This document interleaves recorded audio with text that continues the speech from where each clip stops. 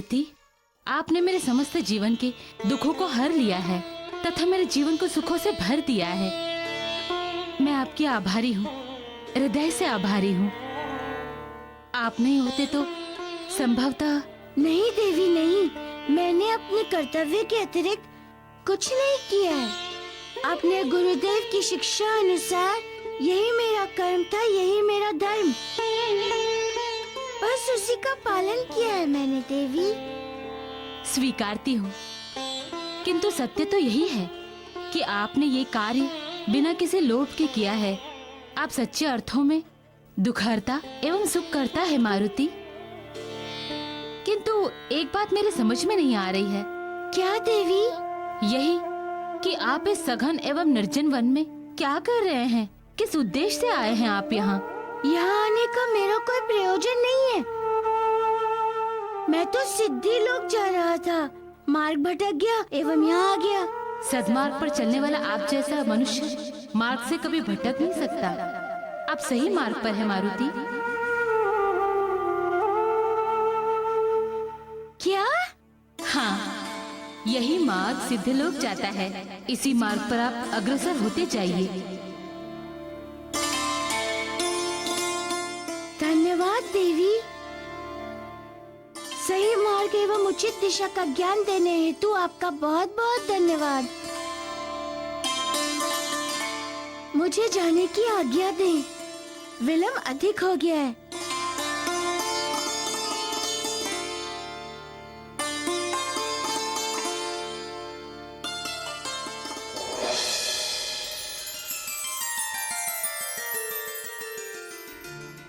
प्रभु, आप सचमुच दुख हरता और सुख करता है।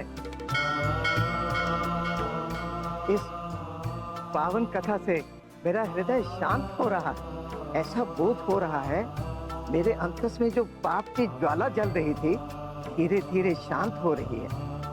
अष्ट सिद्धि की कथा का यही तो पुण्य फल है ऋषिवर। तथा ऐसी अनुभूति इस सत्य का शुभ संकेत है कि आपके पाप नष्ट हो रहे हैं।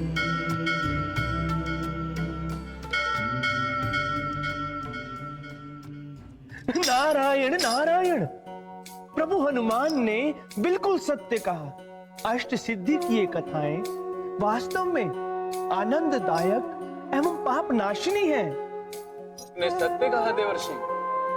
इन कथाओं के श्रवण मात्र से चित्त शांत एवं पवित्र हो गया।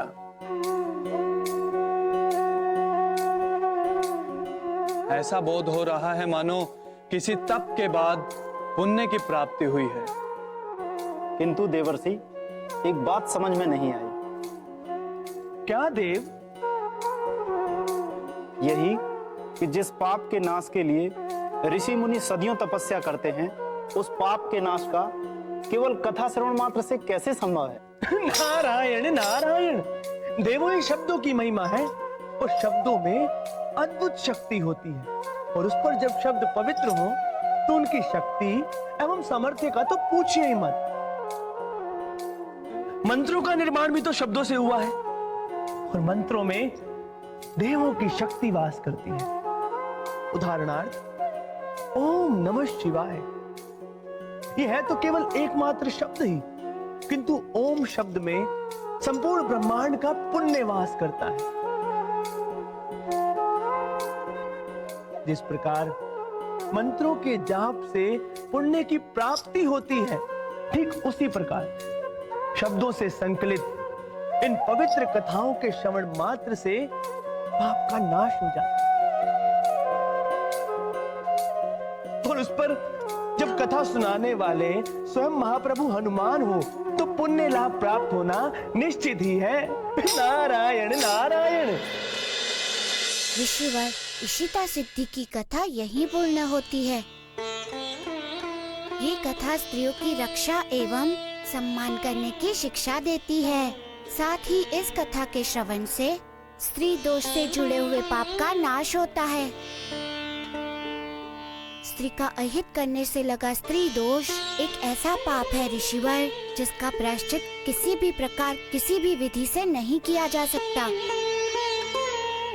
किंतु इस कथा में वो शक्ति है कि इसके श्रवण से उस पाप का भी नाश हो जाता है।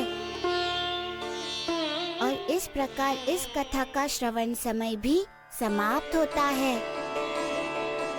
कल प्रातःकाल ब्रह्म मुहूर्त में मैं आपको अनिमा सिद्धि की कथा सुनाऊंगा। हे प्रभु,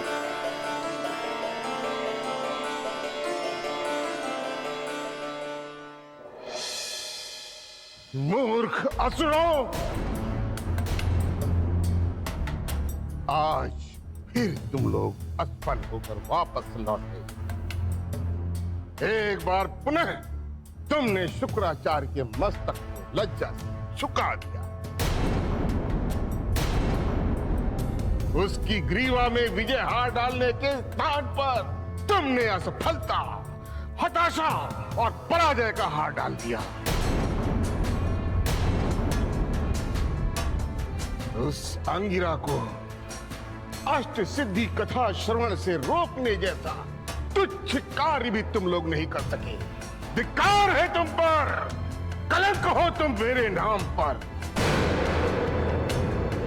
गुरुदेव, हम उसका अंत करने ही वाले थे कि तभी इस बार वो पुनः वानर बालक वहां आ गया और अपनी बुद्धि एवं शक्तियों से हमें असफल कर दिया। उसके सामने हमारी सारी शक्ति निष्प्रभावी हो गई।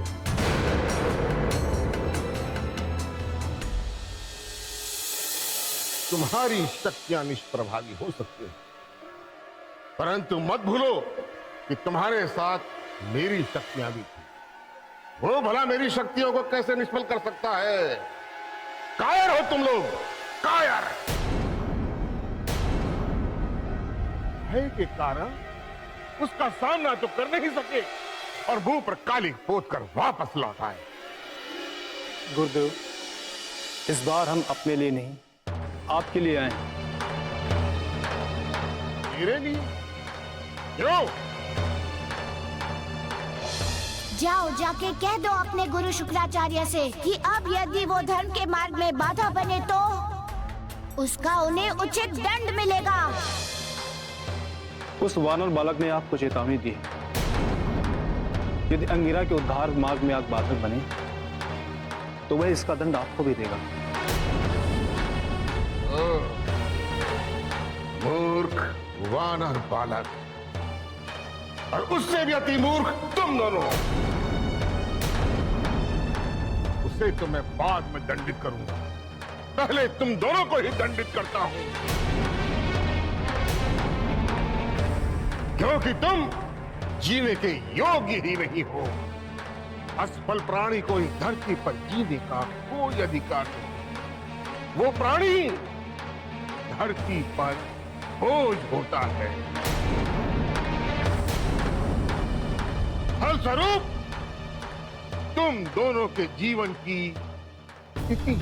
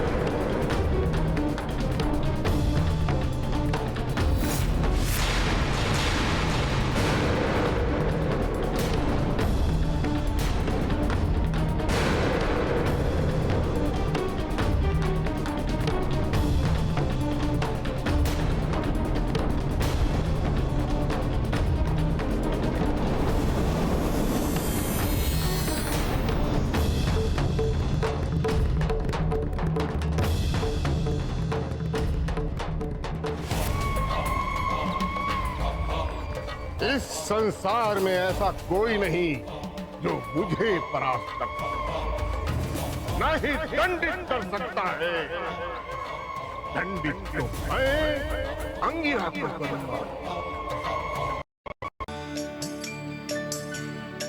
ऋषिवर, मुझे प्रसन्नता है कि आप मन, वचन एवं कर्म से पूर्ण संकल्प के साथ अष्ट सिद्धि की कथा का श्रवण कर रहे हैं। कथा श्रवण की आपकी लगन एवं श्रद्धा आपको अवश्य पाप मुक्त करेगी तथा सप्त ऋषि में आपको वही स्थान दिलाएगी जो आपको पहले प्राप्त था। प्रभु, ये सब आप ही की कृपा है तथा अष्ट सिद्धि कथा की महिमा का फल है। मैं सौभाग्यशाली हूँ कि आपके मुख से मुझे ये कथा सुनने को मिल रही है। आज आप कौन सी कथा सुनाएंगे प्रभु? आज मैं आपको अनीमा सिद्धि की कथा सुनाऊंगा ऋषिवर। इस कथा का नियतार्थ है कि हमें निस्वार्थ भाव से सबकी सहायता करनी चाहिए तथा प्राण देकर भी अपने वचनों की रक्षा करनी चाहिए।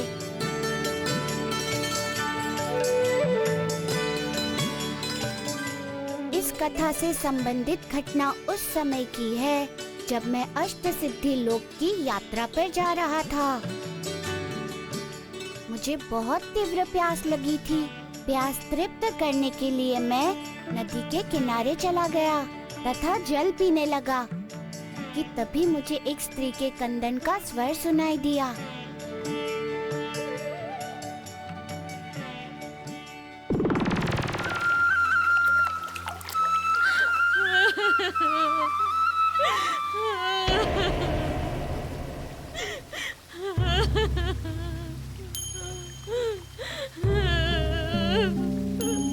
अरे कौन रो रहा है?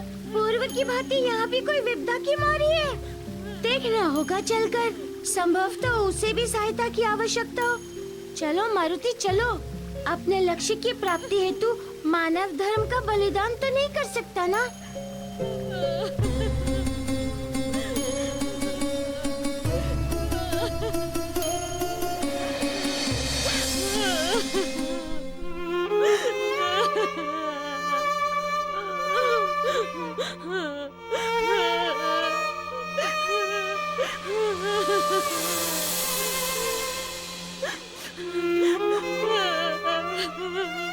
क्या हुआ माता? आप इतना विलाप क्यों कर रही हैं? विलाप न करूं तो क्या करूं? जिस दुखियारी माँ की वर्षों की कठिन सेवा एवं साधना के बाद उसकी सुनी गोद भरी हो, जो इकलौता पुत्र उसके जीने का सहारा हो, उसका धन हो, उसका सब कुछ हो, वो अभागिन माँ अपने ही आंखों के सामने अपने पुत्र की मृत्यु देख रही हो तो वो विलाप नहीं करेगी? अपने जीवन का अंत करने का निर्णय नहीं लेगी? बोलो तो क्या करेगी? आज सूर्यास्त होते ही मेरे पुत्र की आयु समाप्त हो जाएगी। आज सूर्यास्त होते ही मेरे पुत्र की आयु समाप्त हो जाएगी। मेरा लाल मुझसे बिछड़ जाएगा।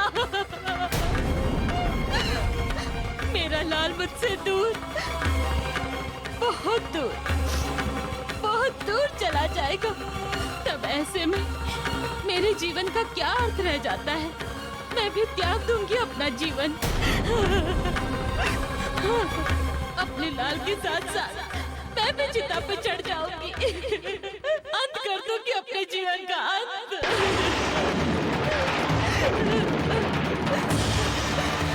हाँ लाल, तुम्हारे बिना मेरा कौन सहारा है?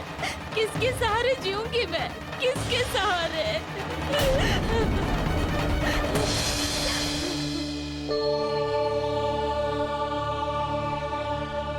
नारायण नारायण। देवों, अणिमा सिद्धि की ये परीक्षा प्रभु के लिए सबसे कठिन परीक्षा थी, क्योंकि संसार में सबसे अधिक मूल्यवान होता है जीवन। विधाता के द्वारा इस ब्रह्मांड में उपस्थित सजीव, निर्जीव प्राणियों एवं वस्तुओं का जीवन निश्चित है। सबको एक निश्चित आयु दी हुई है एवं जैसे ही उनकी आयु पूरी हो जाती है, उनकी मृत्यु हो जाती है। अर्थात जीवन और मृत्यु दोनों ही निश्चित है देवर्षि। हाँ देवों, दोनों निश्चित हैं एवं इस विधान के अनुसार उस स्त्री के पुत्र की आयु केवल संध्या समय तक ही शेष थी। इसका अर्थ कि सूर्यास्त होते उस बालक की मृत्यु निश्चित थी। हाँ, एवं मृत्यु के उपरांत तो कोई देवता भी किसी को जीवित नहीं कर सकता। किंतु प्रभु को तो अपना धर्म निभाना था, उन्हें रोकना था उस स्त्री को अपने पुत्र के साथ आत्मदाह करने से। विकट स्थिति थी देवों, ममता और मूल्य दोनों के टकराव में दोनों को सुरक्षित रखना एक चुनौती थी। एक तरफ ममता अडिग थी कि पुत्र नहीं तो मैं भी नहीं, और दूसरी ओर प्रभु दृढ़ प्रतिज्ञ थे। अद्भुत द्वंद्व, मर्म स्पर्शी युद्ध। नारायण नारायण।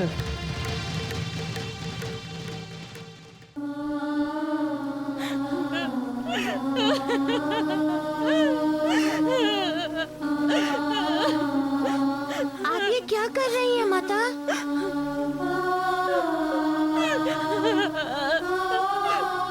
चिता सजा रही हूँ अपने पुत्र की अंतिम विदाई के लिए। वो तो देख ही रहा हूँ माता, लेकिन एक साथ दो दो चिताएं, इसका रहस्य नहीं समझ पा रहा हूँ। एक मेरी तथा दूसरी मेरे पुत्र की।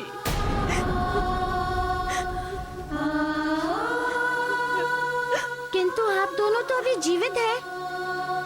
हाँ, मेरा पुत्र अभी जीवित है, किंतु सूर्यास्त होते ही वो मृत्यु को प्राप्त हो जाएगा।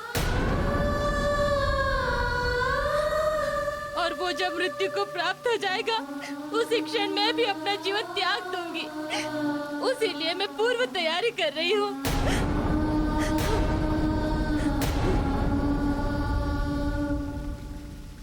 किंतु भविष्य में क्या होगा वो कौन जानता है? हाँ, मैं जानती हूँ, क्योंकि मैं अतीत जानती हूँ और भविष्य की नींव अतीत की शिला पर खड़ी है। स्वीकार करता हूँ मैं आपकी बात को, किंतु एक बात मैं अवश्य कहूँगा कि नियति अथवा विधि जो कह ले हमें वही प्रदान करती है। जिनकी ओर हमारा मन, हमारा चित्त आकृष्ट होता है अथवा जिनके विषय में हम अत्यधिक सोचते हैं। मेरे पुत्र की मृत्यु नियत है और आज सूर्यास्त होते ही उसके प्राण निकल जाएंगे और उसके साथ साथ मेरे भी। सच में कहीं ऐसा हो गया तब तो भारी अनर्थ हो जाएगा। पुत्र मोहवश यदि ये माता अपना जीवन जानबूझकर त्यागे तो ये तो विधि के नियमों के विपरीत होगा। अनुचित करेंगी ये, मुझे कुछ करना होगा। माता, आप अपने मन से समस्त चिंताओं को निकाल दें। आपके पुत्र को कुछ नहीं होगा तथा ये सूर्यास्त के बाद भी जीवित रहेगा।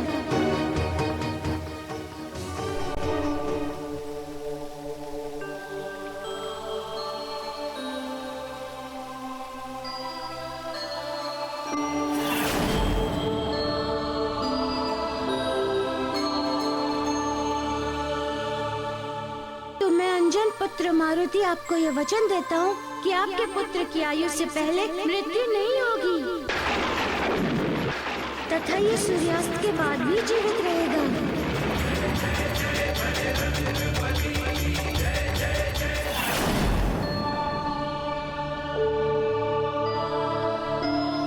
प्रभु, आपने ये जानते हुए भी उस स्त्री को ये वचन दे दिया कि उसके पुत्र की आयु सूर्यास्त होते ही समाप्त हो जाएगी। हाँ ऋषिवर, क्योंकि उसके अतिरिक्त मेरे पास दूसरा कोई विकल्प नहीं था। मुझे किसी भी प्रकार पुत्र मोह में प्राण देने वाली उस स्त्री के जीवन की रक्षा करनी थी। वो मेरे लिए एक अधिक महत्वपूर्ण था, क्योंकि अकारण प्राण देना पाप भी है तथा विधाता के बहुमूल्य उपहार का अपमान भी। जीवन और मृत्यु शाश्वत है तथा विधाता के अधीन है। वो स्त्री पुत्र मोह के कारण अपना जीवन त्याग कर जो पाप करने जा रही थी, उस पाप से उसे बचाने के लिए मुझे उसके पुत्र के जीवन की रक्षा का वचन देना पड़ा। प्रभु, जीवन में वचन की क्या महत्वता है? वचन का बहुत बड़ा महत्व है ऋषिवर। मानो तो देव, नहीं तो पत्थर जैसा। कहने का अर्थ है कि मनुष्य को दिए गए अपने वचन की रक्षा अपने प्राणों की आहुति देकर भी करनी चाहिए। इसीलिए कहा भी गया है कि प्राण जाए पर वचन न जाए, क्योंकि वचन ही अमर शाश्वत है। ऐसा क्यों है प्रभु? कि किसी व्यक्ति द्वारा दिए हुए वचन का महत्व उसके प्राणों से भी बढ़कर है। वो इसलिए ऋषिवर की वचन जीवा के द्वारा उच्चारे गए वे शब्द होते हैं जिनसे मनुष्य की आत्मा बंधी होती है। शरीर नश्वर है, मरण उपरांत पंच तत्वों में विलीन हो जाता है। क्योंकि वायुमंडल में सब तत्व जीवित रहते हैं, सचेतन विद्यमान रहते हैं। वो कैसे प्रभु? जिन पंच तत्वों से मिलकर मनुष्य का शरीर बना है, उनमें से एक तत्व है आकाश, और स्वयं वही आकाश पंच तत्वों का प्रतिनिधित्व करता है। इसलिए वचन केवल अंतहीन शब्दों का समूह नहीं होता है, मनुष्य के अमरत्व का प्रतीक है। सत्य प्रभु, वचन वास्तव में ही महत्वपूर्ण है, और वचन का पालन तो और भी महत्वपूर्ण है। और इतना ही नहीं ऋषिवर, वचन एक ऋण है जो जन्म जन्मांतर तक मनुष्य के साथ रहता है। और मनुष्य की आत्मा को तब तक मुक्ति प्राप्त नहीं होती जब तक कि वे अपने दिए गए वचन की पूर्ति ना कर ले। इसलिए अपने प्राणों की चिंता किए बिना मनुष्य को अपने वचन का पालन करना चाहिए। और यही कारण था जब मैंने वचन दिया तो देवी चौंक गई। ये इसलिए कि एक ये वचन असंभव था, और दूसरा ये कि उन्हें वचन की महिमा का महत्व ज्ञात था। मुझे विश्वास है मेरा संकल्प अवश्य पूर्ण होगा। नहीं होगा, नहीं होगा पुत्र। मेरे पुत्र की मृत्यु निश्चित है, अटल है। माता, इन बातों का परिणाम समय पर छोड़ दीजिए।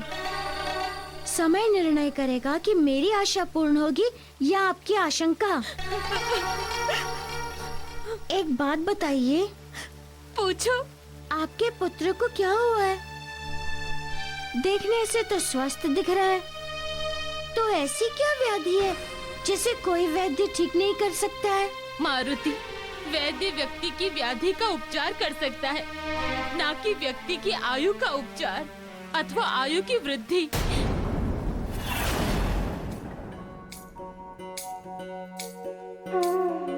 ऋषिवर, किसी भी मनुष्य के लिए उस क्षण का सामना करना अति कठिन होता है जब उसे ये ज्ञात होता है कि उसकी मृत्यु निकट है।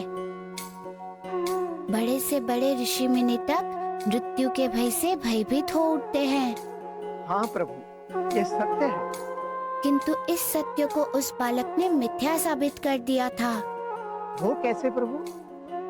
मृत्यु के प्रति अपने शांत चित्त, उदार एवं निश्चितता के भाव से उस बालक के मुखमंडल पर भय की लेश मात्र भी चिंता नहीं थी। उसे देखकर ऐसा बोध हो रहा था मानो उसके लिए जीवन और मृत्यु में कोई भेद नहीं है। साधक के समान स्थिर प्रज्ञ था वो, उस साधक के समान जो स्वयं को जान चुका हो, जिसे आत्मा के महत्व का ज्ञान हो चुका हो। प्रभु, तो क्या वो बालक साधक था? नहीं ऋषिवर, वो साधक नहीं था, वो अपनी माता का प्रगाढ़ प्रेमी था। उसकी माता में ही उसके प्राण बसे थे, और जहाँ ऐसा अचल और निश्चित प्रेम हो, वहाँ समस्त भय समाप्त हो जाते हैं। उसके अंदर केवल इतनी जिजीविषा थी, मृत्यु से पहले अपनी माता के साथ अधिक से अधिक समय व्यतीत करना, क्योंकि बिछड़ना तो खुद की जननी से ही था ना। उनसे बिछड़ने का दुख तो था ही उसे।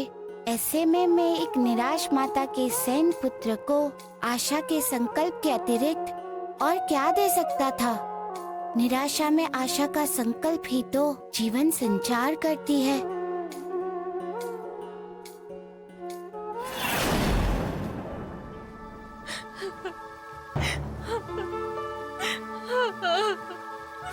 माँ, माँ,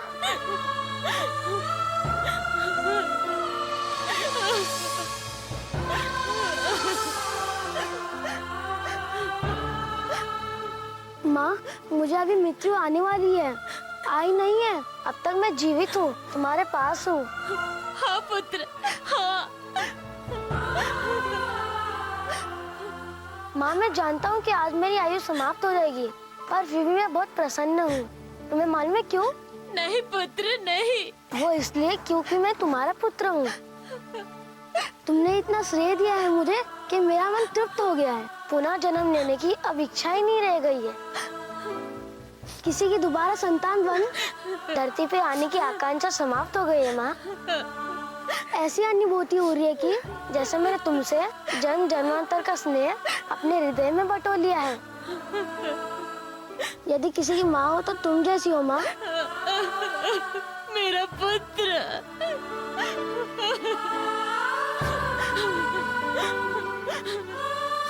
माँ, मुझे भूख लगी है। मैं अभी आहार लेकर आता हूँ।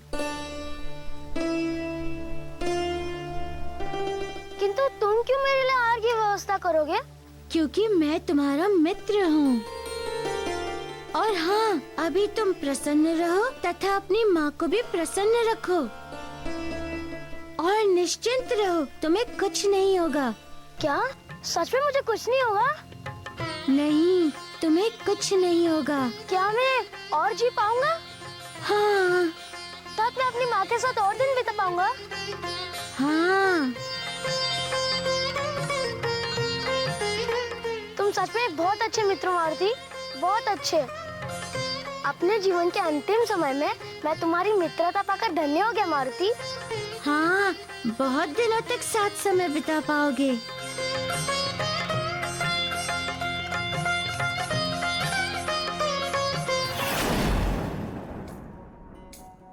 ऋषिवर, मैंने बहुत निकट से अनुभव किया है कि उस बालक को केवल एक ही भूख थी, अपनी माता के संपूर्ण स्नेह और ममता को प्राप्त करने की। मेरे वचन देने के बाद भी उसे विश्वास नहीं हुआ कि वो सुबह के उपरांत भी जीवित रहेगा। वो उन बची हुई क्षणों में संपूर्ण माँ के प्रेम को अपने में समेट लेना चाहता था। आपके वचन पर उसको विश्वास क्यों नहीं हुआ प्रभु? संभवतः विधि के अकाट नियम का ज्ञान।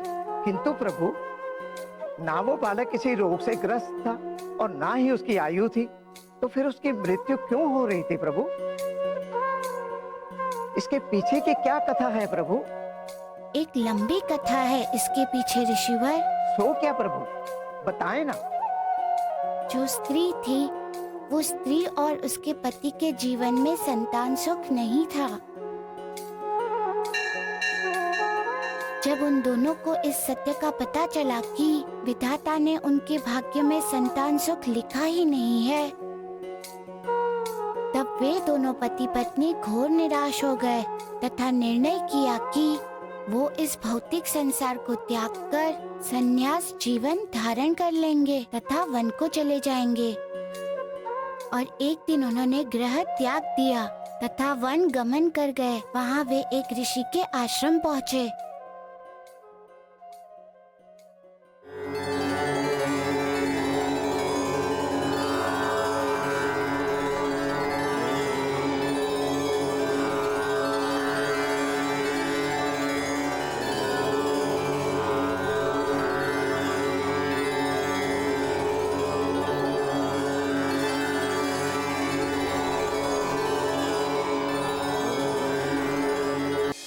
हम पति पत्नी ऋषि की सेवा में तन मन से अर्पित हो गए। बहुत सेवा की हमने उनकी।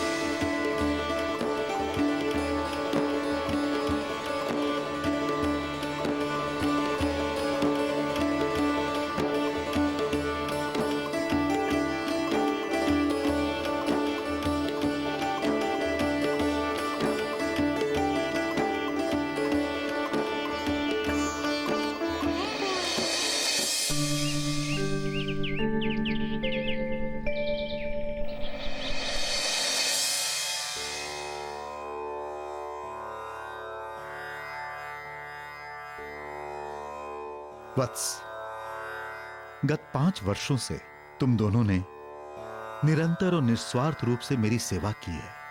मैं तुम दोनों की सेवा से अत्यंत प्रसन्न हूं। कहो, अपने मन की इच्छा कहो।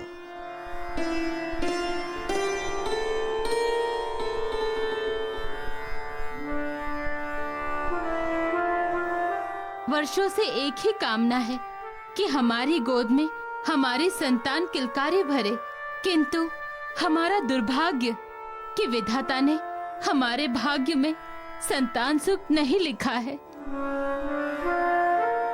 यह सत्य है कि तुम्हारे भाग्य में संतान का सुख नहीं है, लेकिन इसका अर्थ कदापि यह नहीं है कि तुम्हारी मनोकामना पूर्ण नहीं हो सकती। तुमने संतान की इच्छा लेकर मेरी सेवा की है, इसलिए तुम्हारी मनोकामना अवश्य पूर्ण होगी।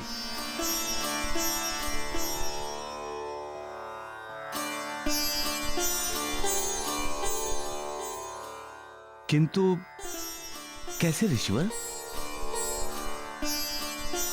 और क्या सृष्टि का नियम खंडित नहीं होगा ऋषिवर? नहीं, मैं तुम्हारी मनोकामना बिना विधि के विधान को बदले और बिना सृष्टि के नियम को खंडित किए ही पूर्ण करूंगा।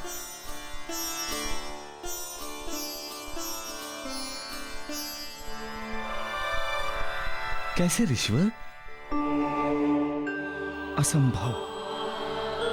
यह संभव कैसे होगा?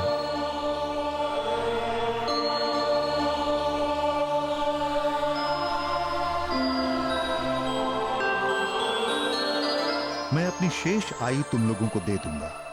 अभी मेरी आयु 11 वर्ष शेष है, और ये अपने 11 वर्ष मैं अपने शरीर के सूक्ष्म रूप से तुम्हारे गर्भ में स्थापित करूंगा, और समय अनुसार मैं तुम्हारे पुत्र के रूप में जन्म लूंगा। किंतु इस दान में सिर्फ एक ही दोष है। इस आयुदान के विधि से ना तो विधि का विधान बदलेगा और ना ही सृष्टि का नियम खंडित होगा। इस दान की हानि यह है कि तुम्हारे पुत्र की आयु केवल 11 वर्ष की ही होगी, कि तुम्हारे पुत्र की आयु केवल 11 वर्ष की ही होगी। 11 वर्ष पूर्ण होते ही सूर्यास्त के समय उसकी मृत्यु हो जाएगी। 11 वर्ष पूर्ण होते ही सूर्यास्त के समय उसकी मृत्यु हो जाएगी।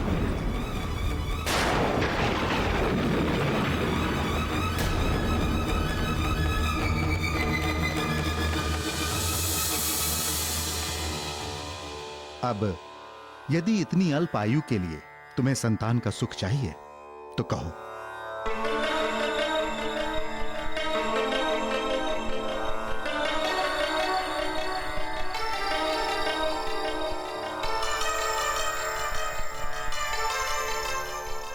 ऋषिवर, कम से कम 11 वर्ष तक तो मेरी ममता रहेगी। हमें स्वीकार है, हमें स्वीकार है।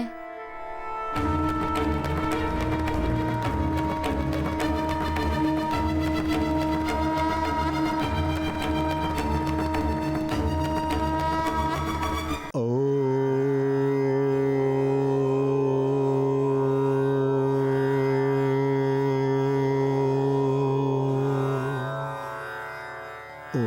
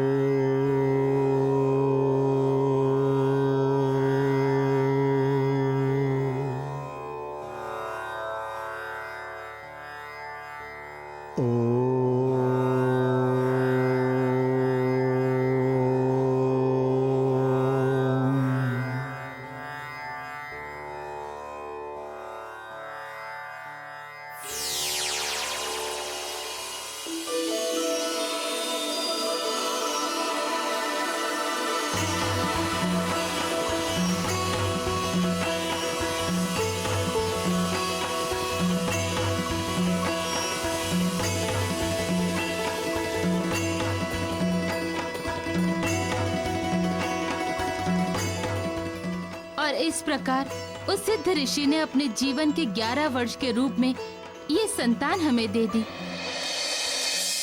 किंतु सदैव हमें इस बात का भय रहता था कि 11 वर्ष पूर्ण होते ही हमारा पुत्र हमसे बिछड़ जाएगा, उसकी मृत्यु हो जाएगी।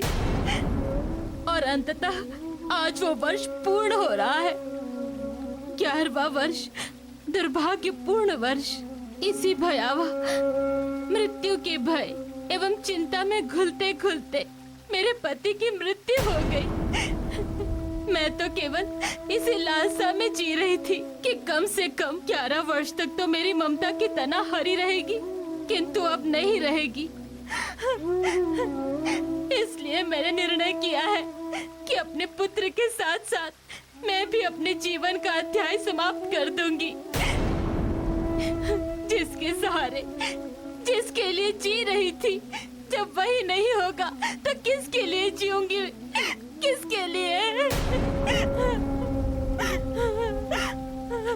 इस संसार में लोग जानते हुए भी कि मृत्यु अटल है, सब निश्चिंत हैं, जीवन का मोह नहीं छोड़ पाते। किंतु आप अपने पुत्र हेतु अपना जीवन त्याग रही हैं। मारुति, अब मैं तनिक अपने पुत्र को प्रेम करके अपनी छाती से लगा लूं। अब उसके पास कम समय रह गया है ना, बहुत। अवश्य माता, अवश्य।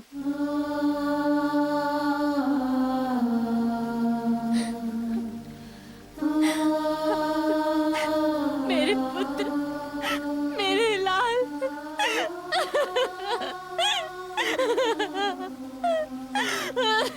मेरे पुत्र।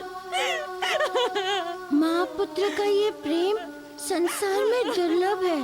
मैं अपने रहते प्रेम के इस बंधन को टूटने नहीं दूंगा, नहीं टूटने दूंगा इस बंधन को।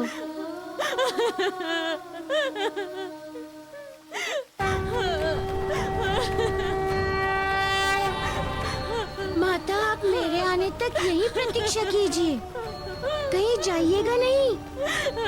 मैं आपको एक बार पुनः वचन देता हूँ कि आपकी इस संतान को मैं कुछ नहीं होने दूंगा, कुछ भी नहीं। मैं अभी आता हूँ।